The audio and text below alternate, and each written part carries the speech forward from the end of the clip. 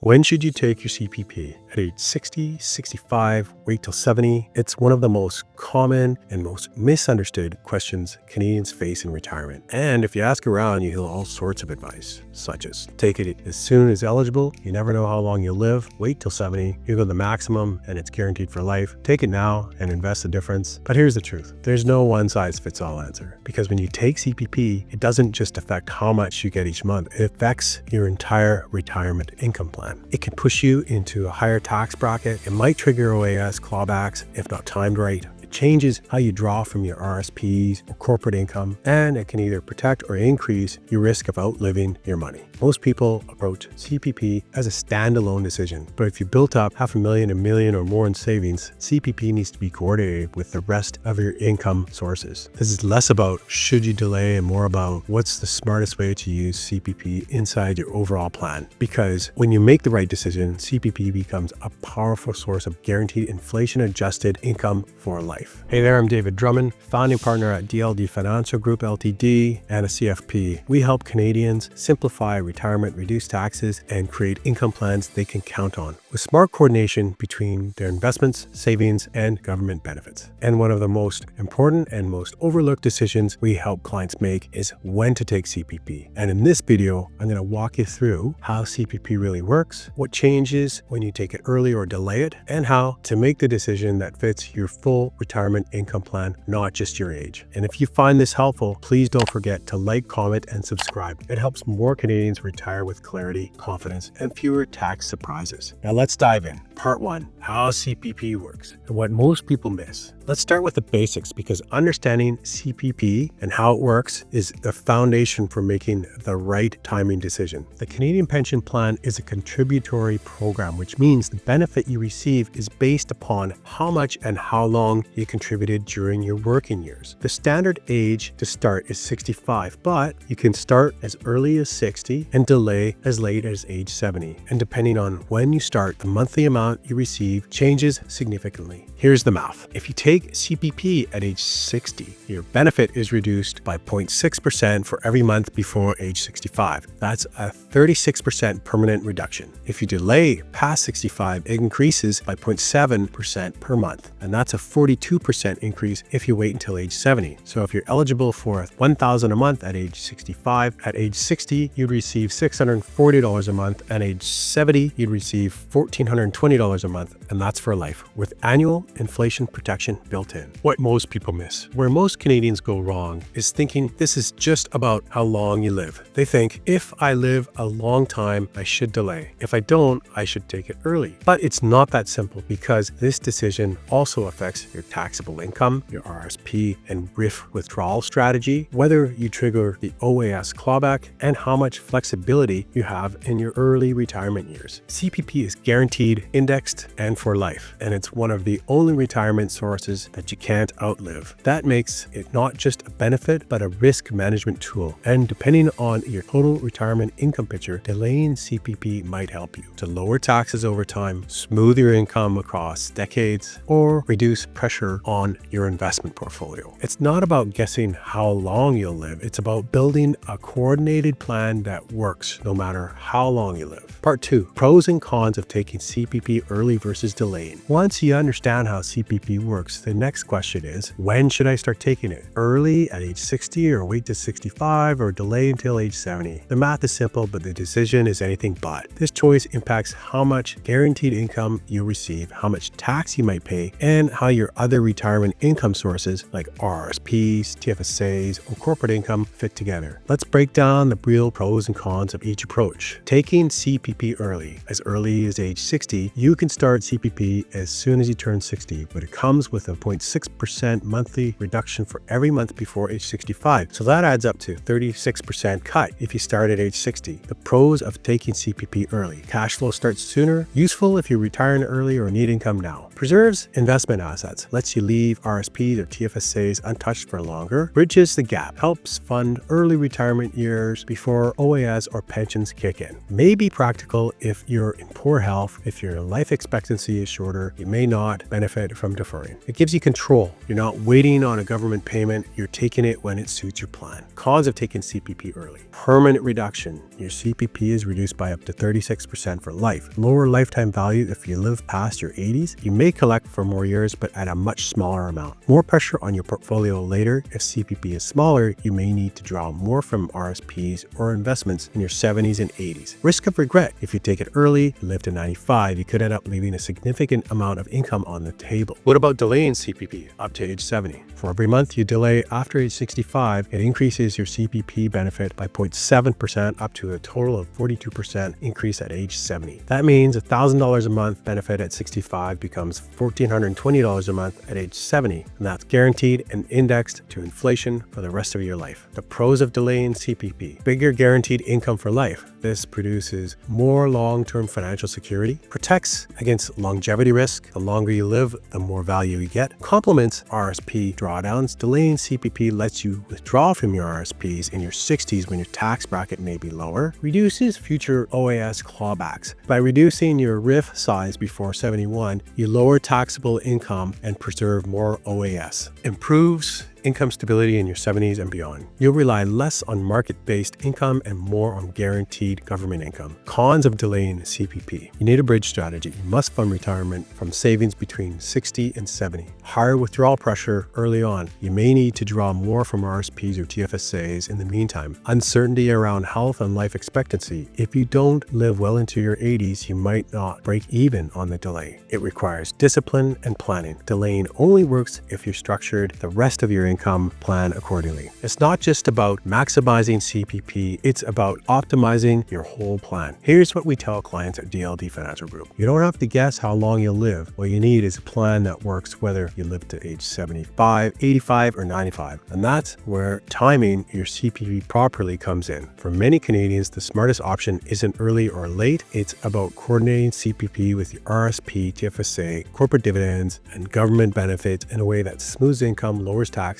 and supports your retirement lifestyle. Part 3, real life scenarios. When early or late makes sense. To bring this home, let's look at a few real world examples of when it might make sense to take CPP early and when delaying could be the smarter move. This isn't a theoretical exercise. It's about what works in real life. Let's look at scenario 1, retiring early with no other income. So take CPP early. Anna is 60 and wants to fully retire. She has $450,000 in her RSP and a small TFSA, no corporate income. She doesn't want to draw heavily from her investments in a down market, and she doesn't have any other guaranteed income until OAS at age 65. In her case, taking CPP at 60 helps her avoid large RSP withdrawals early, reduce pressure on her portfolio, cover basic needs while giving her investments time to recover. Yes, the benefit is smaller, but it supports her lifestyle today, and that's what matters. Scenario 2, healthy, high savings, and flexible income. Delays to 70. Mark is 62, recently sold his business and has over $1 million in his RSPs and $150,000 in his TFSA. He plans to delay CPP and OAS to age 70, and here's why it works for him. He can draw down from his RSP and TFSA in a controlled way now. His taxable income stays low, avoiding OAS clawback and high brackets. At 70, he'll receive maximum CPP and OAS guaranteed for life. He reduces his future RRIF size, which lowers lifetime tax, and for Mark, delaying CPP gives him more certainty later while using his savings efficiently now. Scenario 3, still working at age 65. Delaying makes sense. Linda is still working part-time at age 65 and earning $60,000 a year. If she takes CPP now, it gets taxed at her current marginal rate and may push her into OAS clawback territory. By delaying to 68 or 70, she avoids extra tax today, locks in a larger benefit for later, uses CPP to supplement income when she fully retires. If you're still earning, delaying CPP is often the clear win. There's a fourth scenario here, health issues and shorter life expectancy. Take it early. David is 61 and recently diagnosed with a health condition. His life expectancy is uncertain. In this case, taking CPP as early as possible lets him access the benefit while he can still use it, support his family without drawing down savings too quickly, avoid leaving money on the table if his retirement is shorter than expected. Sometimes peace of mind is worth more than a larger paycheck later. The takeaway, the right CPP depends on your health, your savings, your other income, and your long-term goals. There's just no universal answer, just a strategy that fits your life. How to make the right CPP decision. So, should you take CPP early or delay it? The answer isn't just about how much you'll get per month. It's also about how it fits into your entire retirement income strategy, because CPP is just one piece of the puzzle. And when it's coordinated with your RSPs, TFSAs, corporate income, and OAS, that's when your plan actually starts working for you. Taking CPP early might give you freedom today. Delaying it might protect you 20 years from now. But either way, the right choice depends on what you've saved, how your income flows, and how long you want that income to last. So if you're in your 50s or 60s and you've built up $500,000, $1 million or more in savings, but don't have a clear income strategy, now's the time to fix that. You can book a free retirement strategy call with our team. We'll help you decide when to take CPP based on your real numbers, coordinate your government benefits with your personal income, and create a tax-efficient plan that supports your lifestyle for decades to come. Just click on the link below to get started. And if you found this video helpful, please be sure to like, comment, and subscribe. It helps more Canadians see clarity in their retirement. All the best. See you in the next video.